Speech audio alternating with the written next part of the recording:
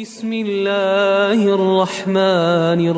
الرحيم والفجر وليال عشر والشفع والوتر والليل إذا يسري هل في ذلك قسم لذي حجر ألم تر كيف فعل ربك بعاد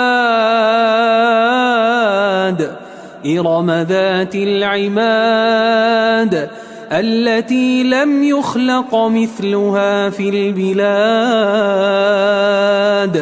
وثمود الذين جابوا الصخر بالواد وفرعون ذي الأوتاد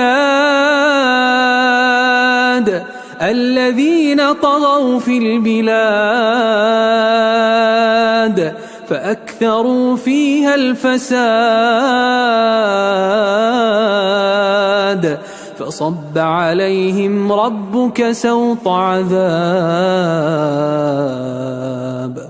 إن ربك لبالمرصاد فأما الإنسان إذا ما ابتلاه ربه فأكرمه ونعمه فيقول ربي أكرمن وأما إذا ما ابتلاه فقدر عليه رزقه فيقول ربي أهانن كلا بل لا يكرمون اليتيم ولا يحضون على طعام المسكين ويأكلون التراث أكلا لما ويحبون المال حبا جما كلا إذا دكت الأرض دكا دكا وجاء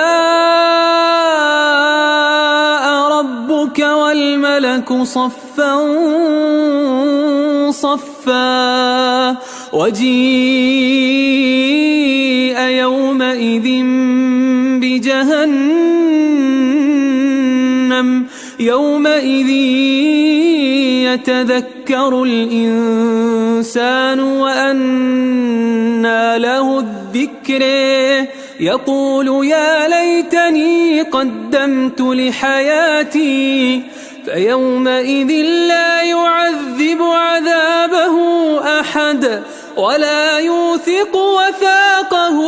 أحد يا أيتها النفس المطمئنة ارجعي إلى ربك راضية مرضية فادخلي في عبادي وادخلي جنتي.